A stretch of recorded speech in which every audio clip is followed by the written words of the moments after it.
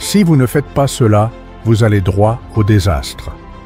En 1898, un événement tragique s'est produit dans le comté de Rockland, à New York. Un enfant était décédé et les voisins se préparaient à assister à l'enterrement. Ce même jour, Jim Farley est sorti à la grange pour atteler son cheval. Le sol était recouvert de neige, l'air était vif et mordant et le cheval, qui n'avait pas été exercé depuis plusieurs jours, était plein d'énergie refoulée. Alors que Jim conduisait le cheval à l'abreuvoir, celui-ci se cabra en jouant et donna un coup de pied en l'air avec ses deux pattes arrière, tuant tragiquement Jim Farley. Ainsi, le petit village de Stony Point a assisté à 2 enterrements cette semaine-là au lieu d'un seul. Jim Farley a laissé derrière lui une veuve, 3 jeunes garçons et seulement quelques centaines de dollars d'assurance. Son fils aîné, également nommé Jim, n'avait que 10 ans à l'époque. Confronté aux dures réalités de la vie, le jeune Jim est allé travailler dans une briqueterie. Là, il transportait du sable, le versait dans des moules et retournait les briques sur leur bord pour les faire sécher au soleil. Malheureusement, Jim n'a jamais eu la chance de recevoir une éducation formelle. Cependant, sa générosité naturelle lui a permis de développer un talent pour se faire apprécier des gens, et ce talent lui a bien servi dans la vie. En grandissant, Jim est entré dans le monde de la politique, où sa capacité remarquable à se souvenir des noms des gens est devenue l'un de ses plus grands atouts. Bien qu'il n'ait jamais mis les pieds dans un lycée, les réalisations de Jim Farley sont tout simplement remarquables.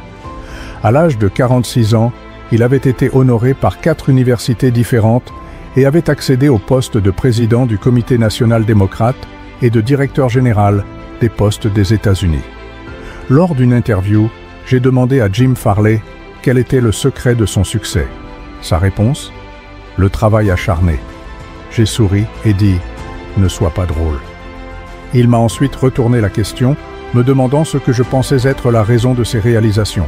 J'ai répondu « Je crois comprendre que vous pouvez appeler 10 000 personnes par leur prénom. » « Non, m'a-t-il corrigé avec un sourire, je peux appeler 50 000 personnes par leur prénom. » La capacité de Farley à se souvenir des noms n'était pas seulement un talent particulier, elle a joué un rôle essentiel pour aider Franklin D. Roosevelt à remporter la présidence en 1932. Avant que Farley n'accède à la notoriété nationale, il a perfectionné ses compétences durant son temps comme vendeur pour une entreprise de gypse et en tant que greffier de la ville de Stony Point. Au fil des ans, il a développé une méthode pour se souvenir des noms qui a commencé de manière simple. Chaque fois qu'il rencontrait quelqu'un de nouveau, il recueillait autant d'informations que possible sur le nom complet de la personne, ses antécédents familiaux, son occupation et ses opinions politiques. Il mémorisait toutes ces informations et, la prochaine fois qu'il rencontrait cette personne, même si c'était des années plus tard, il pouvait se rappeler de son nom, s'informer sur sa famille et peut-être poser des questions sur son jardin de derrière. Ce n'était pas étonnant que Jim Farley devienne une figure si appréciée. Des mois avant le début de la campagne présidentielle de Roosevelt, Jim Farley écrivait personnellement des centaines de lettres chaque jour à des individus de tous les États de l'Ouest et du Nord-Ouest. Puis, en l'espace de seulement 19 jours, il a parcouru 12 000 miles à travers 20 États, en buggy, en train, en voiture et en bateau. Dans chaque ville qu'il visitait, Farley rencontrait les habitants pour des petits déjeuners, des thés ou des dîners, leur donnant des discussions sincères et personnelles. Après cela, il repartait précipitamment pour la prochaine étape. De retour sur la côte Est, Farley faisait un suivi en écrivant à une personne dans chaque ville qu'il avait visitée, demandant une liste de toutes les personnes qu'il avait rencontrées. Cette pratique a conduit à une liste massive contenant des milliers de noms, et chaque personne de cette liste recevait une lettre personnelle de Jim Farley. Ces lettres commençaient toujours par une salutation chaleureuse comme « Cher Bill » ou « Cher Jane » et étaient signées simplement « Jim ». Le talent de Farley pour se souvenir des noms n'était pas accidentel. Il avait découvert très tôt dans sa vie que la plupart des gens considèrent que leur propre nom est le son le plus agréable et le plus important de toute langue. Appeler quelqu'un par son nom est un moyen puissant de montrer du respect et de créer des liens. À l'inverse, oublier ou mal orthographier le nom de quelqu'un peut avoir l'effet contraire, créant une distance ou du ressentiment. J'ai vécu cela de première main lorsque j'ai organisé un cours de prise de parole en public à Paris et envoyé des lettres types à tous les résidents américains de la ville. Malheureusement, les dactylos français qui remplissaient les noms ont fait de nombreuses erreurs. Un destinataire en particulier, le directeur d'une grande banque américaine à Paris, m'a envoyé une lettre cinglante, furieux que son nom ait été mal orthographié. Se souvenir des noms n'est pas toujours facile, surtout lorsque le nom est peu familier ou difficile à prononcer. Beaucoup de gens évitent l'effort en utilisant un surnom ou en raccourcissant un nom, mais cette approche peut priver les interactions de leur touche personnelle. Sid Levy, un vendeur, a raconté son expérience en visitant un client nommé Nicodemus Papadoulos. Alors que la plupart des gens l'appelaient simplement Nick, Levy a pris soin de répéter le nom complet à lui-même plusieurs fois avant de passer son appel de vente. Lorsque Levy l'a salué en disant « Bonjour, monsieur Nicodemus Papadoulos », le client a été visiblement ému.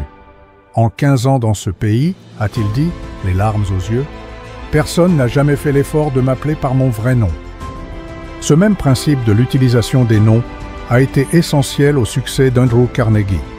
Connu sous le nom de roi de l'acier, Carnegie a admis ne comprendre que peu de choses à la fabrication de l'acier.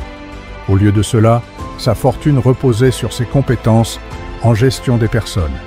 Très tôt dans sa vie, Carnegie a appris la valeur de personnaliser les interactions en se souvenant et en utilisant les noms. Un exemple de cela vient de son enfance en Écosse. Après avoir acquis une lapine, Carnegie s'est rapidement retrouvé avec une portée de petits lapins, mais sans nourriture pour eux. Il a eu une idée. Il a promis aux enfants du quartier que s'ils apportaient suffisamment de trèfle et de pissenlit pour nourrir ces lapins, il nommerait chaque lapin en leur honneur. Le plan a fonctionné à merveille et cela a laissé une impression durable sur Carnegie. Des années plus tard, lorsque Carnegie cherchait à vendre des rails en acier au Pennsylvania Railroad, il a appliqué la même psychologie. J. Edgar Thomson était le président du chemin de fer à l'époque. Alors Carnegie a construit une aciérie à Pittsburgh et l'a nommée Edgar Thomson Steel Works. La stratégie a porté ses fruits. Lorsque le chemin de fer avait besoin d'acier, il l'achetait naturellement à l'usine de Carnegie. La compréhension aiguë de Carnegie du pouvoir des noms s'étendait également à sa rivalité avec George Pullman, un autre industriel dans le secteur des wagons-lits de chemin de fer. Les deux hommes étaient engagés dans une compétition féroce, réduisant les prix à des niveaux intenables. Un soir, Carnegie et Pullman se sont rencontrés par hasard à New York, et Carnegie a suggéré qu'ils fusionnent leurs entreprises au lieu de continuer leur bataille mutuellement destructrice. Pullman était intrigué mais hésitant. Il a demandé à Carnegie comment s'appellerait la nouvelle entreprise, et Carnegie a immédiatement répondu « la Pullman Palace Car Company ». Le nom a flatté l'ego de Pullman, et la fusion a été conclue, créant un moment historique dans l'industrie. La capacité de Carnegie à se souvenir des noms et à les utiliser pour nouer des liens était une pierre angulaire de son leadership. Il était fier de connaître les noms de nombreux travailleurs de ses usines et se vantait souvent qu'aucune grève n'avait jamais perturbé ses aciéries pendant qu'il était à leur tête. L'importance de se souvenir des noms était également comprise par Benton Love, le président de Texas Commerce Bancshares.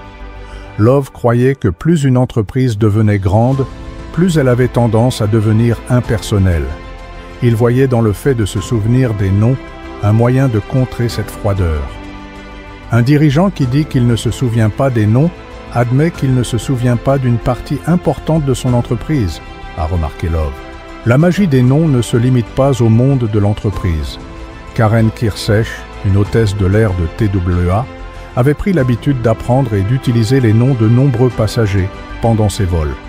Ce petit geste laissait souvent les passagers se sentir valorisés et personnellement pris en charge.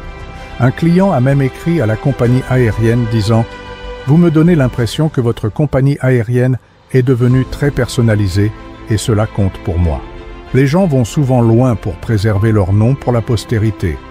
P.T. Barnum, l'un des plus grands showmen de son époque, était si déçu de ne pas avoir de fils pour perpétuer son nom de famille qu'il a offert à son petit-fils 25 000 $ s'il adoptait le nom de Barnum Seeley. De même, de nombreux mécènes fortunés tout au long de l'histoire ont soutenu des artistes, des musiciens et des écrivains en échange du fait que leurs œuvres leur soient dédiées. Aujourd'hui, les bibliothèques, les musées et les universités sont remplis de bâtiments et de collections qui portent les noms de leurs bienfaiteurs. De la bibliothèque publique de New York, avec ses collections Astor et Lenox, aux vitraux des églises, les gens s'efforcent de s'assurer que leurs noms soient mémorisés. Pourtant, malgré l'importance des noms, beaucoup de gens ont du mal à s'en souvenir. Souvent, ils prétendent être trop occupés pour faire l'effort, mais même quelqu'un d'aussi occupé que Franklin D. Roosevelt trouvait le temps. Roosevelt était connu pour sa capacité à se souvenir des noms de toutes les personnes qu'il rencontrait, y compris les mécaniciens qui travaillaient sur sa voiture spécialement adaptée. W.F. Chamberlain, l'un des mécaniciens qui a livré la voiture à la Maison-Blanche, a décrit sa rencontre avec Roosevelt dans une lettre. Chamberlain a appris au président comment utiliser la voiture, qui avait de nombreuses caractéristiques inhabituelles conçues pour quelqu'un dont les jambes étaient paralysées. Pendant leur rencontre, Roosevelt n'a pas seulement appelé Chamberlain par son nom, mais a également pris le temps de remarquer et de complimenter le travail de l'artisan, depuis le radiateur jusqu'aux valises personnalisées dans le coffre. Roosevelt a même pris soin de remercier le mécanicien timide qui avait accompagné Chamberlain, se souvenant de son nom et lui serrant la main. Roosevelt comprenait que se souvenir des noms était l'un des moyens les plus simples et les plus efficaces de bâtir de la bonne volonté. Malheureusement, beaucoup d'entre nous ne pratiquent pas cette compétence. Nous rencontrons quelqu'un, échangeons des plaisanteries, puis oublions rapidement son nom avant même que la conversation ne se termine. En politique, en affaires et dans les interactions sociales, la capacité de se souvenir des noms peut faire toute la différence. Napoléon III, l'empereur de France, était célèbre pour sa mémoire. Malgré ses nombreuses obligations royales, il faisait un point d'honneur à se souvenir des noms de toutes les personnes qu'il rencontrait. Sa méthode était simple. S'il ne saisissait pas un nom distinctement, il demandait à ce qu'il soit répété ou éplé. Au cours de la conversation, il prenait la peine de répéter le nom plusieurs fois et essayait de l'associer aux traits de la personne.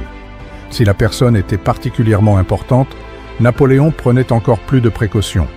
Dès qu'il était seul, il écrivait le nom sur un bout de papier, le regardait, se concentrait dessus, le fixait dans son esprit, puis déchirait le papier. Il croyait que la politesse reposait sur de tels petits sacrifices. Le pouvoir des noms n'est pas réservé aux rois ou aux dirigeants d'entreprise. Il peut bénéficier à tout le monde. Ken Nottingham, un employé de General Motors dans l'Indiana, a vécu une expérience mémorable avec une employée de la cafétéria qui semblait toujours avoir un froncement de sourcils sur le visage. Un jour, Ken a remarqué le badge de la femme. Il a souri et a dit « Bonjour, Eunice » en commandant son sandwich. Sa réponse a été immédiate. Elle a ajouté plus de jambon, de laitue et de chips, oubliant complètement la balance qu'elle utilisait habituellement pour mesurer les portions. Les noms sont puissants. Ils distinguent les individus et les rendent uniques. Que ce soit pour s'adresser à une serveuse ou à un cadre supérieur, l'utilisation du nom de quelqu'un donne à l'interaction une touche personnelle. Les informations que nous transmettons ou les demandes que nous formulons prennent une importance particulière lorsque nous abordons la situation en utilisant le nom de la personne. Principe 3. Souvenez-vous qu'un nom est pour une personne le son le plus doux et le plus important de toute langue. Une façon facile de devenir un bon conversationniste. Il y a quelque temps, j'ai assisté à une soirée de bridge. Je ne joue pas au bridge, et il y avait une femme qui n'y jouait pas non plus. Elle avait découvert que j'avais été le manager de Lowell Thomas avant qu'il ne passe à la radio, et que j'avais beaucoup voyagé en Europe en l'aidant à préparer les conférences illustrées qu'il donnait à cette époque. Elle m'a dit « Oh, Monsieur Carnegie, je veux vraiment que vous me parliez de tous les merveilleux endroits que vous avez visités et des choses que vous avez vues. » Alors que nous nous sommes assis sur le canapé, elle m'a mentionné qu'elle et son mari revenaient récemment d'un voyage en Afrique. « L'Afrique » m'exclamai-je. « Comme c'est intéressant. J'ai toujours voulu voir l'Afrique, mais je n'y ai jamais été, à part une escale de 24 heures une fois à Alger. Dites-moi, avez-vous visité les zones de chasse au grand gibier ?» Elle répondit oui, Et je lui ai répondu « Quelle chance, je vous envie. Parlez-moi de l'Afrique. » Cela l'a conduite à parler pendant 45 minutes. Elle ne m'a jamais demandé où j'avais été ou ce que j'avais vu. Elle ne voulait pas entendre parler de mes voyages. Tout ce qu'elle désirait, c'était un auditeur attentif pour flatter son ego et parler de ses propres expériences. Était-ce inhabituel? Pas du tout. Beaucoup de gens agissent ainsi. Par exemple, j'ai une fois rencontré un botaniste distingué lors d'une soirée organisée par un éditeur de livres new-yorkais. Je n'avais jamais parlé à un botaniste auparavant et j'ai trouvé la conversation fascinante. J'étais littéralement assis au bord de mon siège, captivé par ses récits sur les plantes exotiques, les expériences de développement de nouvelles formes de vie végétale et les jardins intérieurs. Il m'a même partagé des faits étonnants sur la modeste pomme de terre. J'avais un petit jardin intérieur moi-même et il a eu la gentillesse de me donner des conseils pour résoudre certains de mes problèmes de jardinage. Lors de cette soirée où une douzaine d'invités étaient présents, j'ai enfreint toutes les règles de courtoisie en ignorant tout le monde et en passant des heures à discuter avec ce botaniste. Minuit est arrivé, j'ai dit au revoir à tout le monde et je suis parti. Le botaniste s'est ensuite tourné vers notre hôte et m'a fait plusieurs compliments flatteurs, disant que j'étais très stimulant et un conversationniste des plus intéressants. Cela m'a surpris. Comment aurais-je pu être un conversationniste intéressant alors que j'avais à peine parlé? La vérité est que je n'avais presque rien dit. Je n'aurais pas pu contribuer sans changer de sujet, car je ne connaissais rien à la botanique. Ce que j'avais fait, c'était écouter attentivement, étant sincèrement intéressé par ce qu'il disait. Et il l'a ressenti, ce qui lui a naturellement fait plaisir. Écouter de cette manière est l'un des plus grands compliments que nous puissions faire à quelqu'un. Comme Jack Woodford l'a écrit dans Strangers in Love, « Peu d'êtres humains résistent à la flatterie implicite d'une attention captivée. J'ai même été plus loin que de lui accorder simplement mon attention. J'étais chaleureux dans mon approbation et généreux dans mes éloges. Je lui ai dit que j'avais été immensément diverti et instruit, et c'était le cas. Je lui ai dit que j'aurais aimé avoir ses connaissances, et je le pensais sincèrement. J'ai exprimé mon désir de parcourir les champs avec lui pour en apprendre davantage, et je le pensais vraiment. Je lui ai même dit que je devais le revoir, et je l'ai fait. Par conséquent, il est parti en me considérant comme un grand conversationniste. Mais en réalité, je n'avais été qu'un bon auditeur, l'encourageant à parler. Quel est le secret d'un entretien d'affaires réussi? Selon l'ancien président de Harvard, Charles W. Eliot, il n'y a aucun mystère dans les échanges d'affaires réussis. Une attention exclusive à la personne qui vous parle est très importante. Rien n'est aussi flatteur que cela. Eliot était un maître dans l'art d'écouter. Henry James, l'un des premiers grands romanciers américains, a décrit le style d'écoute d'Eliot. L'écoute de Dr. Eliot n'était pas un simple silence, mais une forme d'activité. Assis droit, les mains jointes sur ses genoux, il ne faisait aucun mouvement, sauf pour faire tourner ses pouces l'un autour de l'autre, faisant face à son interlocuteur et semblant écouter avec ses yeux aussi bien qu'avec ses oreilles. Il écoutait avec son esprit, considérant attentivement ce que vous aviez à dire. À la fin d'un entretien, ceux qui lui parlaient avaient le sentiment d'avoir vraiment été entendus. Cela va de soi, n'est-ce pas? Pas besoin d'aller à Harvard pour le découvrir. Et pourtant, il y a des propriétaires de grands magasins qui louent des espaces coûteux, achètent leurs produits de manière économique, décorent leurs vitrines de manière attrayante, dépensent des milliers de dollars en publicité, pour ensuite embaucher des employés qui ne savent pas être de bons auditeurs. Ces employés interrompent les clients, les contredisent, les irritent et finissent par les faire fuir. Un grand magasin à Chicago a failli perdre un client régulier qui dépensait des milliers de dollars chaque année à cause d'un refus d'écouter de la part d'une vendeuse. Madame Henrietta Douglas, une de nos élèves à Chicago, avait acheté un manteau lors d'une vente spéciale. Après l'avoir ramené chez elle, elle remarqua une déchirure dans la doublure. Elle revint le lendemain pour demander un échange, mais la vendeuse refusa même d'écouter sa réclamation. « Vous avez acheté cela lors d'une vente spéciale », dit-elle en désignant un panneau sur le mur. « Lisez cela. Toutes les ventes sont définitives. Une fois acheté, vous devez le garder. Réparez la doublure vous-même. » Madame Douglas expliqua que le manteau, avait été endommagée lors de l'achat, mais la vendeuse l'interrompit, insistant sur le fait que « définitif, c'est définitif ». Indignée, Madame Douglas était sur le point de sortir en jurant de ne plus jamais revenir dans ce magasin lorsqu'elle fut approchée par la responsable du rayon, qui la connaissait pour ses nombreuses années de fidélité. Madame Douglas raconta la situation, et la responsable écouta attentivement, examina le manteau et lui proposa soit de réparer ou remplacer la doublure, soit de lui rembourser son argent.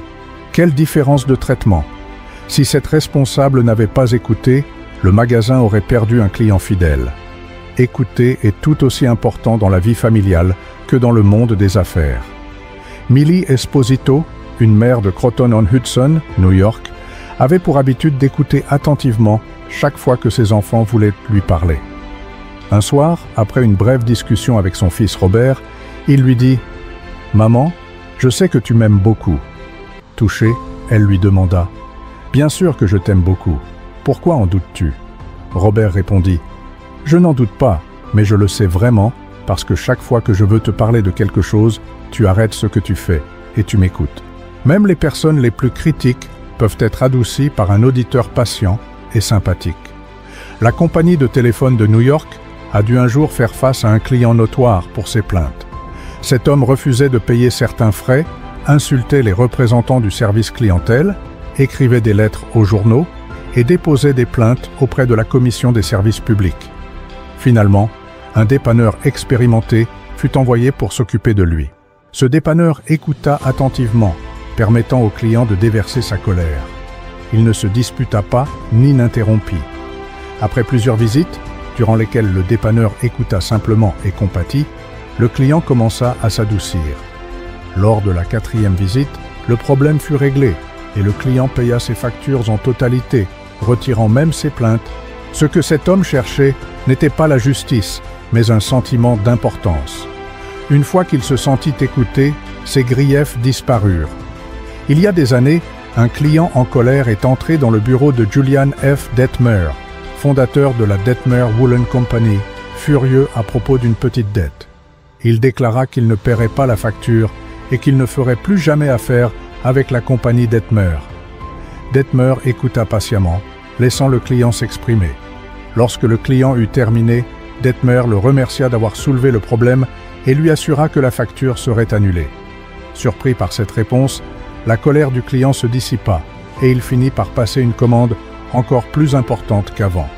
Il resta un client fidèle pendant plus de 2 décennies. Un autre exemple vient de la vie d'Edward Bock, un pauvre immigrant néerlandais qui devint plus tard l'un des éditeurs de magazines les plus prospères de l'histoire américaine. Bock commença sa carrière comme garçon de bureau chez Western Union, mais il s'éduqua en écrivant à des personnalités célèbres comme le général Garfield, Ralph Waldo Emerson et Louisa May Alcott.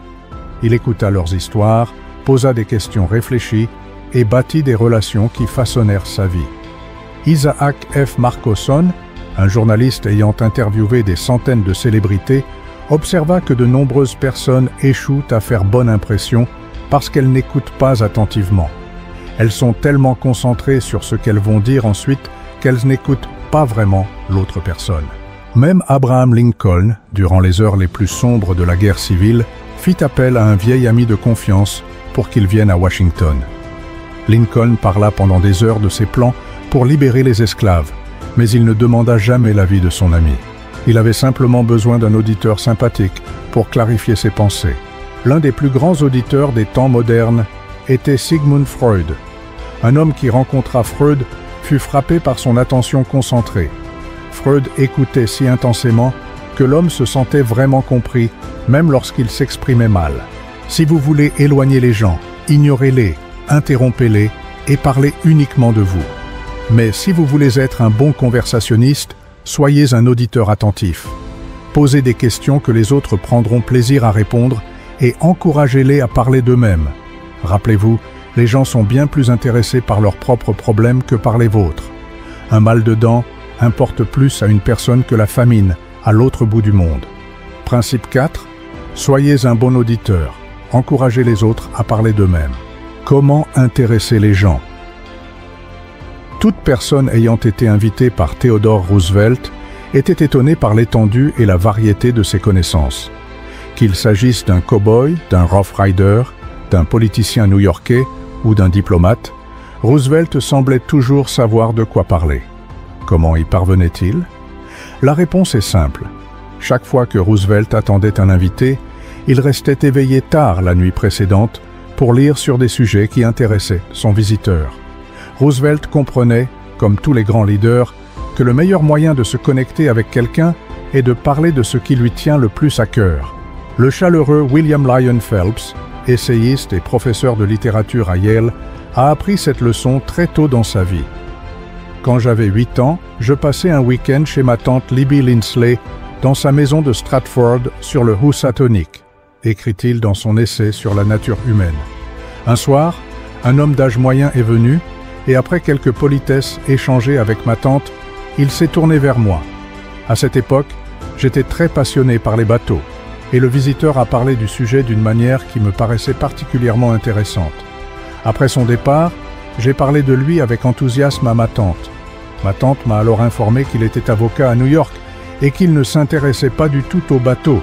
Il n'avait aucun intérêt pour ce sujet. « Mais pourquoi alors a-t-il parlé tout le temps des bateaux ?» demandai-je. Elle répondit « Parce qu'il est un gentleman. Il a vu que tu t'intéressais aux bateaux, alors il a parlé des choses dont il savait qu'elles te plairaient.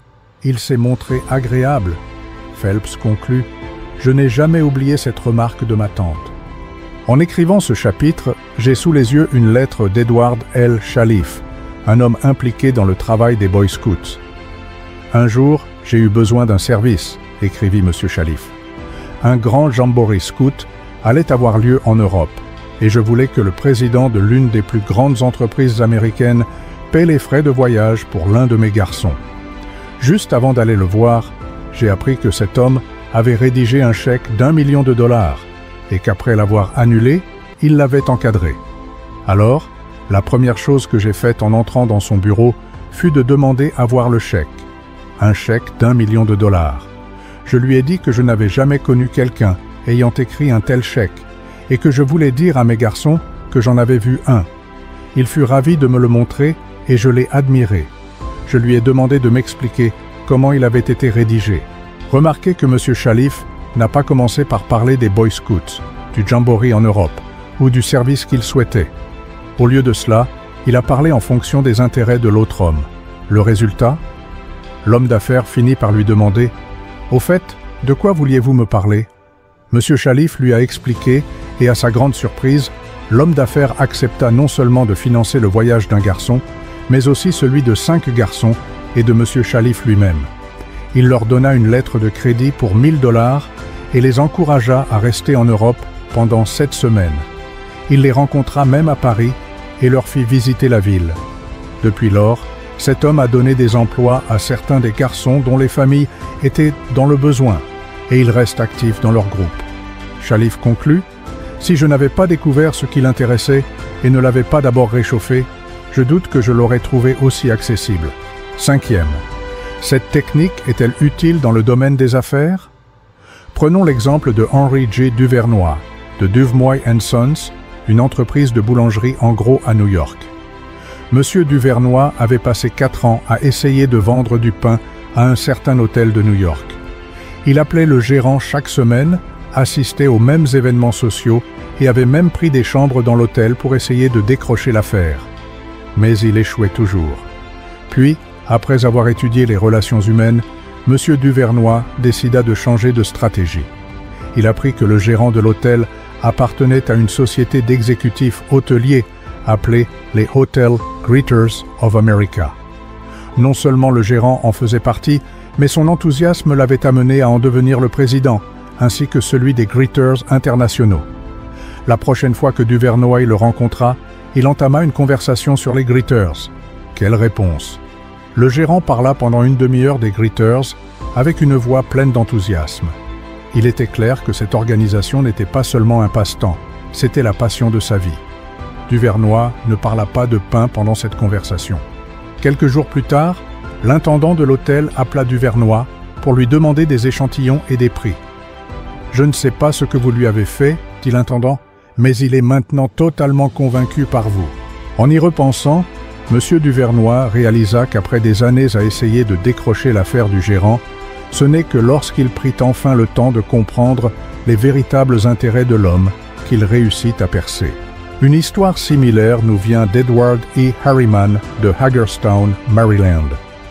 Après avoir terminé son service militaire, Harriman voulait s'installer dans la belle vallée de Cumberland, mais les emplois y étaient rares. Ses recherches révélèrent que de nombreuses entreprises de la région étaient contrôlées par un homme d'affaires énigmatique, R.J. Funkhauser, dont l'ascension, de la pauvreté à la richesse, fascinait Harriman. Cependant, Funkhauser était connu pour être difficile à approcher. Harriman étudia ses intérêts et découvrit que le moteur de Funkhauser était sa quête de pouvoir et d'argent. Il s'intéressa également à sa secrétaire dévouée, qui avait été son bras droit pendant 15 ans. Lorsque Harriman la rencontra avec une proposition mettant en avant le succès financier et politique que cela pourrait apporter à Funkhauser, elle s'enthousiasma. Elle arrangea une rencontre entre Harriman et Funkhauser. Harriman entra dans le bureau imposant sans demander directement un emploi. Funkhauser tonna « Alors, jeune homme ?»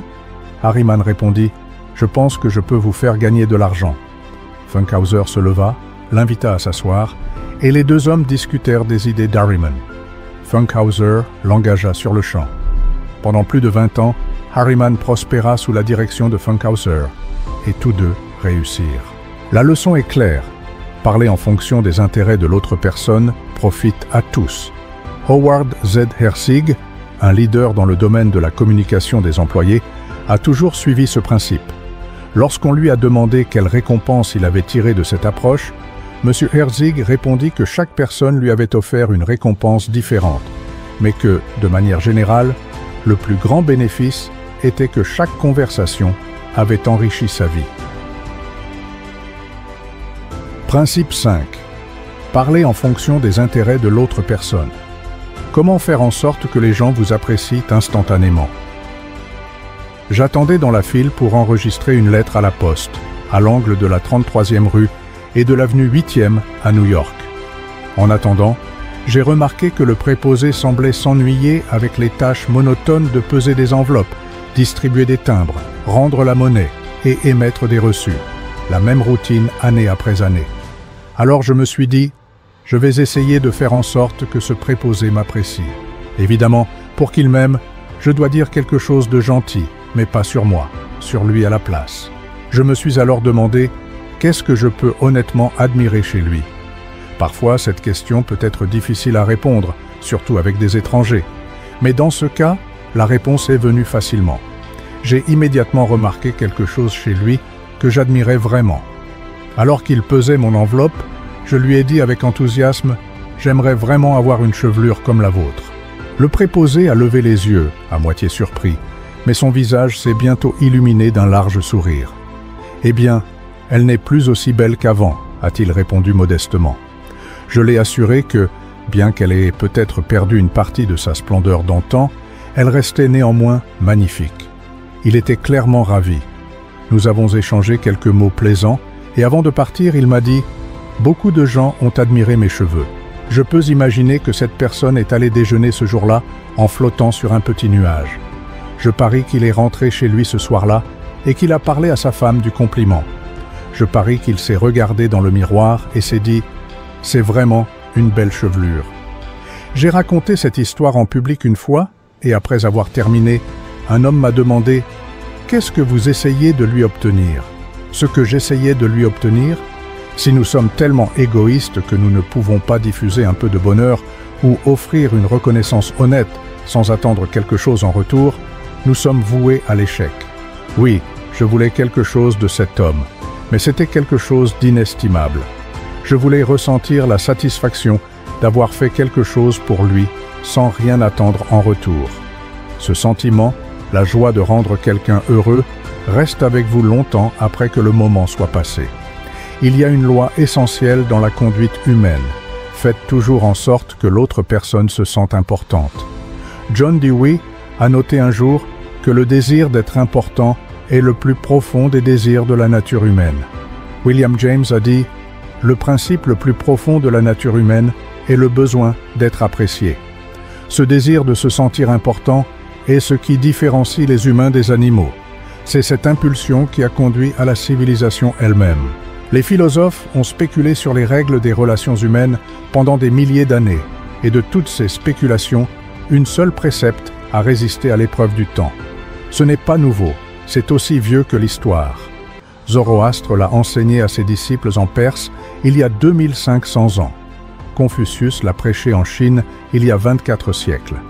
Lao Tse, fondateur du taoïsme, l'a enseigné à ses disciples dans la vallée du Han. Bouddha l'a prêché sur les rives du Gange sacré 5 siècles avant le Christ. Les livres sacrés de l'hindouisme l'ont enseigné plus de 1000 ans avant cela. Jésus l'a prêché parmi les collines de Judée il y a 19 siècles. Son enseignement peut être résumé en une pensée, probablement la règle la plus importante du monde. Faites aux autres ce que vous voudriez qu'on vous fasse. Vous voulez l'approbation de ceux avec qui vous interagissez. Vous voulez être reconnu pour votre valeur. Vous voulez vous sentir important dans votre monde. Vous ne voulez pas de flatterie insincère, mais vous aspirez à une appréciation sincère. Vous voulez que vos amis et collègues soient, comme l'a dit Charles Schwab, généreux dans leur approbation et prodigues dans leurs éloges. Nous le voulons tous. Alors, respectons la règle d'or. Donnez aux autres ce que vous aimeriez qu'ils vous donnent. Quand, où, comment? La réponse est simple. Tout le temps, partout. Par exemple, David G. Smith d'Eau Claire, Wisconsin, a partagé comment il a géré une situation délicate lorsqu'on lui a demandé de s'occuper du stand de rafraîchissement lors d'un concert caritatif. Le soir du concert, je suis arrivé au parc et j'ai trouvé 2 dames âgées, debout, à côté du stand de rafraîchissement, toutes 2 de très mauvaise humeur. Chacune pensait être en charge. Alors que je me tenais là à réfléchir à ce qu'il fallait faire, un membre du comité organisateur m'a remis une caisse et m'a remercié de prendre en charge le projet. Elle m'a présenté Rose et Jane comme mes aides, puis est partie rapidement. Un grand silence a suivi.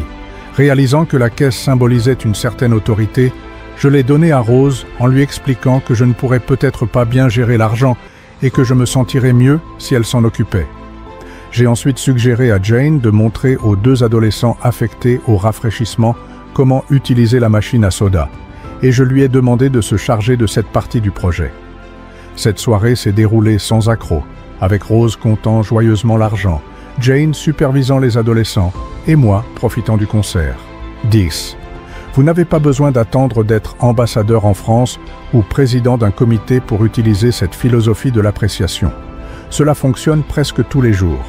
Par exemple, si une serveuse nous apporte des pommes de terre écrasées alors que nous avions commandé des frites, nous pourrions dire « Je suis désolé de vous déranger, mais j'avais commandé des frites ». Elle répondra probablement « Aucun problème » et sera heureuse de corriger l'erreur, simplement parce que nous avons montré du respect. Les petites courtoisies comme « Je suis désolé de vous déranger »,« Seriez-vous assez aimable pour », auriez-vous l'amabilité et « Merci » adoucissent le quotidien et sont la marque d'une bonne éducation. Prenons un autre exemple. Hall Caine, fils de forgeron, devenu l'un des hommes de lettres les plus riches de son époque, adorait les sonnets et les ballades. Il admirait la poésie de Dante Gabriel Rossetti et a écrit une conférence louant le travail de Rossetti qu'il lui a envoyé. Rossetti, ravi, a invité Caine à devenir son secrétaire à Londres, un tournant dans la vie de Caine qu'il a introduit dans le monde littéraire. La carrière de Caine a décollé et il est devenu célèbre et riche. Qui sait s'il aurait atteint un tel succès sans son admiration sincère pour l'œuvre de Rossetti? L'appréciation sincère a un immense pouvoir. Les gens recherchent la reconnaissance et l'acte simple de les faire se sentir importants peut changer leur vie. L'un de nos instructeurs, Ronald G. Rowland, enseigne les arts et l'artisanat en Californie. Il nous a parlé de Chris, un élève timide et réservé dans sa classe qui manquait de confiance en lui. Rowland a invité Chris à rejoindre une classe avancée, ce qui était un privilège. La réaction émotionnelle de Chris et sa nouvelle confiance ont démontré le pouvoir de faire sentir à quelqu'un qu'il est important. Rowland garde désormais un panneau dans sa classe qui dit « Vous êtes important » pour se rappeler que chaque élève mérite une reconnaissance. La vérité est que presque toutes les personnes que vous rencontrez se sentent supérieures à vous d'une manière ou d'une autre. Reconnaissez sincèrement leur importance et vous gagnerez leur cœur. Comme Emerson l'a dit, « Chaque homme que je rencontre est en quelque sorte mon supérieur. C'est en cela que j'apprends de lui. » Sur le lieu de travail, l'application de ces principes peut donner des résultats remarquables. Considérons un avocat du Connecticut qui a rendu visite à la tante âgée de sa femme. Lors de leur conversation, il a exprimé son admiration pour sa vieille maison et les beaux trésors qu'elle avait collectés. Émue par son appréciation, la tante lui a proposé de lui offrir sa précieuse voiture Packard. Bien qu'il ait initialement refusé, son besoin de reconnaissance et de gratitude l'a poussé à insister. Un autre exemple vient de Donald M. McMahon, qui était responsable de l'aménagement paysager de la propriété d'un avocat célèbre. McMahon complimenta les chiens de l'avocat, ce qui donna lieu à une longue conversation, une visite du chenil de l'avocat et finalement le don d'un chiot de valeur. Tout cela grâce à quelques mots sincères d'admiration. Même le grand George Eastman, fondateur de Kodak, aspirait à la reconnaissance. Lorsque James Adamson, un cadre d'une entreprise de siège, visita le bureau d'Eastman, il complimenta le bois de la pièce, déclenchant une longue conversation qui aboutit à une commande de 90 000 $ et à une amitié durable. Eastman invita même Adamson à déjeuner chez lui. Telle est la puissance de l'appréciation sincère. Comme l'a dit Disraeli, l'un des dirigeants les plus astucieux de la Grande-Bretagne, parlez aux gens d'eux-mêmes et ils vous écouteront pendant des heures. Principe 6. Faites en sorte que l'autre personne se sente importante et faites-le sincèrement. Vous ne pouvez pas gagner une dispute. Peu de temps après la fin de la Première Guerre mondiale, j'ai appris une leçon inestimable un soir à Londres. À cette époque, j'étais le manager de Sir Ross Smith, un as australien qui s'était fait reconnaître en Palestine pendant la guerre. Après la déclaration de paix, Sir Ross a étonné le monde en volant à mi-chemin autour du globe en seulement 30 jours. Un exploit qui n'avait jamais été tenté auparavant. Son exploit audacieux a créé une sensation énorme. Le gouvernement australien lui a accordé 50 000 $ et le roi d'Angleterre l'a fait chevalier. Pendant un certain temps, il est devenu l'un des hommes les plus en vue sous l'Union Jack. Un soir, j'ai assisté à un banquet en l'honneur de Sir Ross et pendant le dîner, l'homme assis à côté de moi a raconté une histoire humoristique. Son histoire reposait sur la célèbre citation « Il y a une divinité qui façonne nos fins, à nous de les ébaucher ». Il attribuait cette citation à la Bible avec une grande confiance. Cependant, je savais avec certitude qu'il avait tort. Cette citation provenait de Shakespeare, pas de la Bible. Voulant affirmer mes connaissances et afficher ma supériorité, je me suis nommé un comité non sollicité et non désiré pour le corriger, Quaka. Il a maintenu sa position insistant « Shakespeare ? Impossible. Cette citation est tirée de la Bible, j'en suis sûr. » Le conteur était assis à ma droite, tandis qu'à ma gauche se trouvait mon vieil ami Frank Gammond, qui avait passé des années à étudier Shakespeare. Le conteur et moi avons donc décidé de soumettre la question à M. Gammond pour un verdict final. À ma grande surprise, M. Gammond m'a donné un coup de pied sous la table et a dit « Dale, tu te trompes. Le monsieur a raison. Cette citation est tirée de la Bible. » Plus tard dans la nuit, en rentrant chez nous, j'ai demandé à M. Gammond « Frank, tu savais que cette citation venait de Shakespeare, n'est-ce pas? C'est dans Hamlet, acte 5, scène 2. » « Bien sûr, a-t-il répondu. Mais nous étions à une occasion festive. Pourquoi rendre quelqu'un mal à l'aise en lui prouvant qu'il a tort? Qu'est-ce que cela t'apporte? Est-ce que cela va te faire aimer de cet homme? Il ne t'a pas demandé ta correction et il n'y avait aucune raison de discuter avec lui. Évite toujours l'angle aigu. Ce moment m'a enseigné une leçon que je n'oublierai jamais. Non seulement j'avais rendu le conteur mal à l'aise, mais j'avais également mis mon ami dans une situation embarrassante. Combien cela aurait été mieux si j'avais évité la dispute complètement. C'était une leçon que j'avais grandement besoin d'apprendre, car j'avais longtemps été un argumenteur invétéré. Pendant ma jeunesse, je me disputais avec mon frère sur presque tout sous la voie lactée. Plus tard, j'ai étudié la logique et l'argumentation à l'université, et j'ai même participé à des concours de débat. On peut dire que j'étais têtu, il fallait me montrer avant que je ne croie quoi que ce soit. Finalement, j'ai enseigné le débat et l'argumentation à New York, et à un moment donné, je prévoyais même d'écrire un livre sur le sujet. Depuis lors, j'ai écouté et participé à des milliers de disputes. Le résultat de toute cette expérience m'a conduit à une seule conclusion. Il n'y a qu'une seule façon de tirer le meilleur parti d'une dispute, c'est de l'éviter. Évitez-la comme vous éviteriez les serpents à sonnette et les tremblements de terre. 9 fois sur 10, une dispute se termine avec chaque partie plus fermement convaincue de son propre bon droit. Vous ne pouvez pas gagner une dispute. Si vous perdez, vous perdez. Et si vous gagnez, vous perdez aussi, car la personne que vous avez battue vous en voudra. Pourquoi cela? Eh bien, supposons que vous triomphiez sur quelqu'un en lui prouvant qu'il a tort.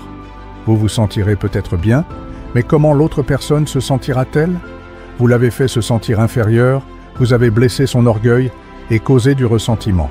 Comme on dit, un homme convaincu contre son gré reste du même avis. Il y a des années, un homme nommé Patrick G. O'Hare a rejoint une de mes classes. Pat avait peu d'éducation formelle, mais aimait la bagarre. Il avait été chauffeur avant d'essayer de vendre des camions, et il est venu me voir parce que ses efforts de vente n'étaient pas fructueux. Après quelques questions, j'ai découvert pourquoi. Pat se disputait constamment et se mettait à dos ses prospects. Si quelqu'un disait quelque chose de désobligeant à propos des camions qu'il vendait, Pat voyait rouge et se disputait avec eux. Il gagnait des disputes, mais il ne finalisait pas de vente. Pat m'a avoué, je sortais souvent des bureaux en pensant, je lui ai bien dit à ce gars-là, mais je n'avais rien vendu. Ma première tâche n'était pas d'apprendre à Pat à parler, mais à éviter les disputes. Avec le temps, Pat est devenu l'un des meilleurs vendeurs de la White Motor Company à New York. Comment a-t-il fait? Voici son histoire dans ses propres mots. Si je rentre dans le bureau d'un acheteur maintenant et qu'il dit « Quoi? Un camion White? Ils ne valent rien. Je n'en prendrai pas un, même si tu me le donnais. Je vais acheter le camion Who's It. Je dis « Le Who's It est un bon camion. Si vous achetez le Who's It, vous ne ferez jamais une erreur. Les Who's It sont fabriqués par une excellente société et vendus par de bonnes personnes. » Cette réponse laisse l'acheteur sans voix. Il n'y a plus de place pour une dispute. S'il dit que le Who's It est le meilleur camion et que je suis d'accord, il ne peut plus continuer à argumenter. Il doit s'arrêter. Nous passons ensuite à parler des points positifs du camion White. Il fut un temps où une remarque comme celle-ci m'aurait mis en colère et j'aurais argumenté contre le Who's It. Plus je me disputais, plus l'acheteur défendait le Who's It et ce faisant, il finissait par se convaincre d'acheter le produit de mon concurrent. En y repensant, je me demande comment j'ai pu vendre quoi que ce soit à cette époque lorsque je passais autant de temps à me disputer. Maintenant, je garde ma bouche fermée et cela paie. Comme l'a dit le sage Benjamin Franklin, si vous vous disputez et vous irritez, vous pouvez parfois remporter la victoire, mais ce sera une victoire vide car vous ne gagnerez jamais la bienveillance de votre adversaire. Alors, posez-vous la question, que préférez-vous avoir, une victoire académique ou la bienveillance de quelqu'un? Vous pouvez rarement avoir les deux. Le Boston Transcript a une fois imprimé ce vers. Ici repose le corps de William J., qui est mort en défendant son droit de passage. Il avait raison, tout à fait raison, en avançant à toute vitesse, mais il est tout aussi mort que s'il avait eu tort. Vous avez peut-être raison, absolument raison, en avançant dans votre dispute. Mais en ce qui concerne le changement d'avis de quelqu'un, vous serez probablement tout aussi inefficace que si vous aviez tort. Considérez l'histoire de Frederick S. Parsons, un consultant en impôts sur le revenu. Un jour, il se retrouva à se disputer avec un inspecteur fiscal du gouvernement au sujet d'une somme de 9 000 $ que M. Parsons affirmait être une mauvaise dette et ne devait pas être taxée. L'inspecteur était froid, arrogant et insistait pour que la dette soit taxée. Après une heure de dispute stérile, M. Parsons décida de changer de tactique. Il complimenta l'inspecteur pour son travail difficile et reconnut que l'inspecteur avait plus d'expérience dans les affaires fiscales que lui.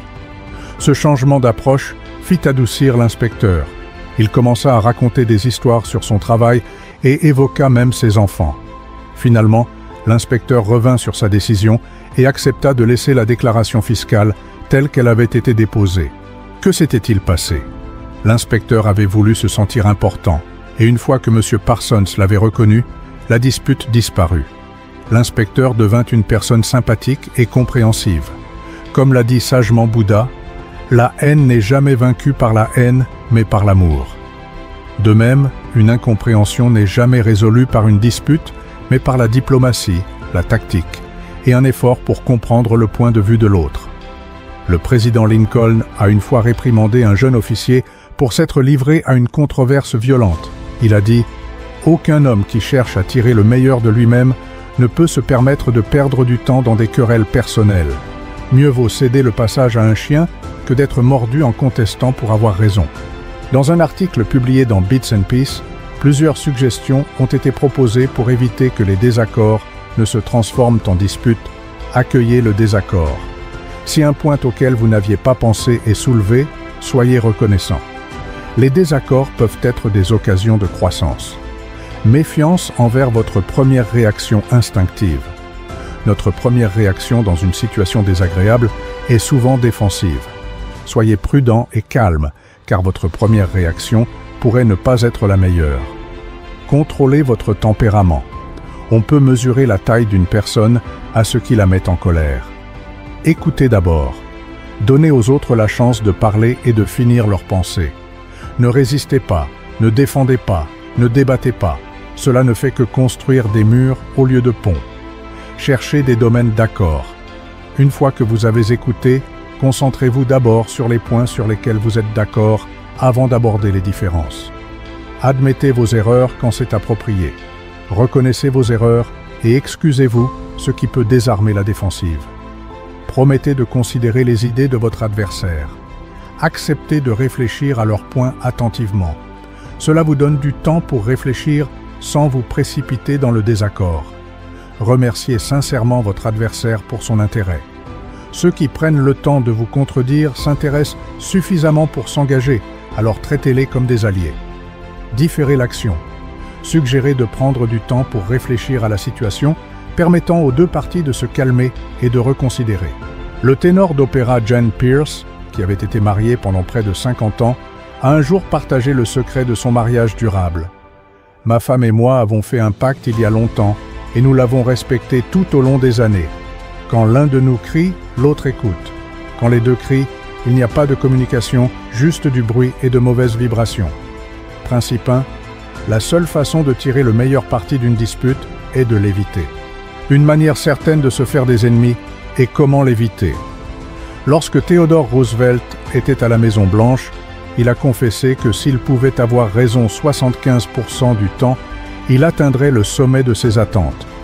Si c'était la plus haute estimation qu'un des hommes les plus distingués du XXe siècle pouvait espérer atteindre, qu'en est-il de vous et moi? Si vous êtes sûr d'avoir raison seulement 55% du temps, vous pourriez descendre à Wall Street et gagner $1 million par jour. Si vous n'êtes même pas sûr d'avoir raison 55% du temps, pourquoi dire aux autres qu'ils ont tort?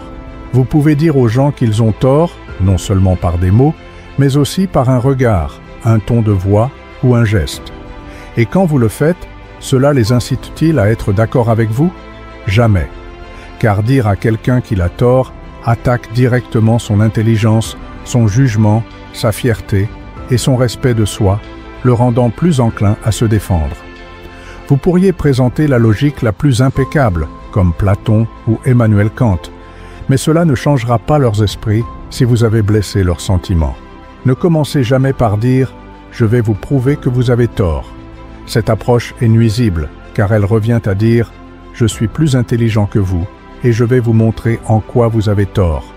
Une telle attitude provoque la résistance, amenant l'auditeur à se préparer à se battre avant même que la conversation ne commence. Changer l'esprit des gens est difficile, même dans les meilleures conditions. Alors pourquoi compliquer la tâche en utilisant une approche conflictuelle? Si vous voulez prouver un point, faites-le subtilement et avec tact, afin que l'autre personne ne sente pas que vous imposez votre opinion. Ce concept est bien exprimé par Alexander Pope. Il faut enseigner aux hommes comme si vous ne leur enseigniez pas et proposer des choses inconnues comme des choses oubliées. De même, il y a plus de 300 ans, Galilée a observé. Vous ne pouvez rien enseigner à un homme, vous ne pouvez que l'aider à le trouver en lui-même. Lord Chesterfield a un jour conseillé à son fils « Soyez plus sages que les autres, si vous le pouvez, mais ne leur dites pas ». Et Socrate, le grand philosophe, a dit à ses disciples à Athènes « Une seule chose que je sais, c'est que je ne sais rien ». Si Socrate pouvait adopter cette approche, comment pouvons-nous être certains que nous avons toujours raison? J'ai cessé de dire aux gens qu'ils ont tort, et je trouve que cela rapporte. Si quelqu'un dit quelque chose que vous pensez être faux, ou même quelque chose que vous savez être faux, n'est-il pas préférable de dire « Eh bien, je pensais autrement, mais je peux me tromper. Cela m'arrive souvent. Examinons les faits. » Il y a une sorte de magie dans cette approche. Quand vous dites « Je peux me tromper », examinons les faits. Cela désarme l'autre personne, la rendant plus encline à écouter et moins encline à argumenter. Un de nos membres, Harold Reinke, concessionnaire Dodge à Billings, dans le Montana, a essayé cette méthode avec des clients. Dans le secteur automobile à haute pression, il était souvent dur dans le traitement des plaintes des clients. Cela conduisait à des situations tendues, des pertes de clients et des interactions désagréables. Il a décidé de changer son approche en admettant « Notre concession a fait beaucoup d'erreurs et j'en suis souvent honteux. Nous avons peut-être commis une erreur dans votre cas, veuillez m'en parler. » Cette stratégie désarmante a fait des merveilles. Une fois que les clients avaient exprimé leurs plaintes, ils étaient plus raisonnables dans la recherche d'une solution. En fait, plusieurs clients l'ont remercié pour son attitude compréhensive, et 2 ont même amené des amis pour acheter de nouvelles voitures. Sur un marché très concurrentiel, cette approche respectueuse l'a aidé à prendre l'avantage sur la concurrence. Admettre que vous pouvez avoir tort ne vous causera jamais de problème. En fait, cela inspire souvent votre adversaire à être tout aussi ouvert d'esprit que vous. Si vous dites brutalement à quelqu'un qu'il a tort, cela se retourne généralement contre vous. Permettez-moi d'illustrer cela avec un exemple réel. Un jeune avocat, M. S., a un jour plaidé une affaire importante devant la Cour suprême des États-Unis. Pendant l'argumentation, l'un des juges a déclaré « Le délai de prescription en droit maritime est de 6 ans, n'est-ce pas ?» M. S. regarda le juge et répondit brutalement « Votre honneur, il n'y a pas de délai de prescription en droit maritime. » La salle d'audience est tombée silencieuse et l'atmosphère est devenue glaciale. M. S. savait qu'il avait raison, mais son approche a endommagé la relation. Bien qu'il ait présenté son dossier efficacement, il n'a pas réussi à convaincre le juge, tout cela à cause de sa brutalité. La plupart des gens ne sont pas logiques. Nous sommes souvent guidés par des préjugés, des peurs et de la fierté. Et peu de gens veulent changer d'avis sur leurs croyances, qu'il s'agisse de leur religion, de leur politique ou même de leur coupe de cheveux. Alors, si vous ressentez le besoin de dire à quelqu'un qu'il a tort, lisez le passage suivant de « The Mind in the Making » de James Harvey Robinson avant de le faire. Nous nous trouvons parfois à changer d'avis sans résistance ou forte émotion, mais si l'on nous dit que nous avons tort, nous ressentons l'imputation et durcissons nos cœurs. Nous sommes incroyablement négligents dans la formation de nos croyances, mais nous nous trouvons remplis d'une passion illicite pour elles lorsque quelqu'un propose de nous en priver. Il est évidemment clair que ce ne sont pas les idées elles-mêmes qui nous sont chères, mais notre estime de soi qui est menacée. Carl Rogers, le célèbre psychologue, a écrit dans son livre « On Becoming a Person » que comprendre les autres sans jugement est une compétence inestimable. Lorsque quelqu'un partage ses pensées, notre instinct naturel est d'évaluer et de juger, plutôt que d'essayer de comprendre son point de vue. Cependant, lorsque nous faisons l'effort de comprendre véritablement les autres, cela conduit à des connexions plus profondes et à des discussions plus productives. J'ai un jour engagé un décorateur d'intérieur pour fabriquer des rideaux pour ma maison. Lorsque la facture est arrivée, j'ai été choqué par le prix. Quelques jours plus tard, une amie a commenté les rideaux et s'est exclamée « C'est scandaleux, il vous a certainement surfacturé ». Bien qu'elle ait eu raison, j'ai instinctivement défendu ma décision en justifiant la dépense. Cependant, lorsqu'une autre amie a admiré les rideaux et a souhaité pouvoir se permettre quelque chose de similaire, j'ai admis « J'ai payé trop cher et je regrette de les avoir commandés ». La façon dont une vérité est livrée fait toute la différence dans la manière dont nous réagissons. Lorsque les gens se trompent, ils peuvent l'admettre à eux-mêmes ou même aux autres, mais seulement s'ils sont abordés avec douceur et tact. Horace Greeley, l'un des éditeurs les plus célèbres d'Amérique, était en désaccord avec les politiques d'Abraham Lincoln. Il a lancé une campagne de critique implacable contre le président. Cependant, ses railleries et ses attaques n'ont jamais persuadé Lincoln de changer d'avis. Les approches hostiles gagnent rarement les opposants. Si vous voulez apprendre à éviter les disputes et à améliorer votre personnalité, lisez l'autobiographie de Benjamin Franklin. Franklin, l'un des hommes les plus diplomatiques de l'histoire américaine, a appris cette leçon très tôt dans sa vie. Jeune homme, il avait la réputation d'être querelleur. Un vieil ami Quaker lui a fait remarquer son défaut, disant « Vos opinions sont si offensantes que personne ne supporte votre compagnie. » Franklin a réalisé la vérité de cette critique et a résolu de changer. À partir de ce moment, Franklin a adopté une manière plus modeste de présenter ses opinions. Il a cessé de contredire les autres directement et a plutôt utilisé des phrases telles que « je conçois » ou « il me semble ». Cette nouvelle approche lui a valu du respect, lui a permis d'éviter les disputes et lui a permis de l'emporter plus souvent dans les discussions. Comment ces techniques fonctionnent-elles dans les affaires? Catherine A. Allred, superviseur d'ingénierie industrielle dans une usine de traitement de fils, a partagé son expérience. Elle avait mis au point un nouveau système pour payer équitablement les opérateurs, mais lorsqu'elle l'a présenté à la direction en leur disant qu'ils avaient tort, ils ont rejeté sa proposition. Après avoir appris de son erreur, elle a essayé une approche différente en demandant à la direction leur avis et en les guidant vers sa solution. Cette fois, son système a été accepté avec enthousiasme. De même, Hervé Crowley, un vendeur de bois, a appris à abandonner les disputes après des années à dire aux inspecteurs qu'ils avaient tort. En posant des questions et en montrant du respect pour leurs opinions, il a économisé de l'argent pour son entreprise et préservé la bonne volonté. Le grand leader des droits civiques, Dr Martin Luther King Jr., a dit un jour qu'il jugeait les gens selon leurs propres principes et non les siens. De même, le général Robert E. Lee a loué un officier qui avait été son ennemi acharné, en se concentrant sur ses mérites plutôt que sur leurs différences personnelles. Ces exemples montrent le pouvoir de la diplomatie et du respect. Comme Jésus l'a dit, « Accorde-toi rapidement avec ton adversaire ». Et le roi Aktoa d'Égypte, 2200 ans avant la naissance du Christ, a conseillé à son fils « Sois diplomate, cela t'aidera à obtenir ce que tu veux ». En d'autres termes, ne dispute pas avec les autres. Montre du respect pour leurs opinions et tu les convaincras plus facilement. Principe 2. Montrez du respect pour les opinions des autres. Ne dites jamais « vous avez tort ».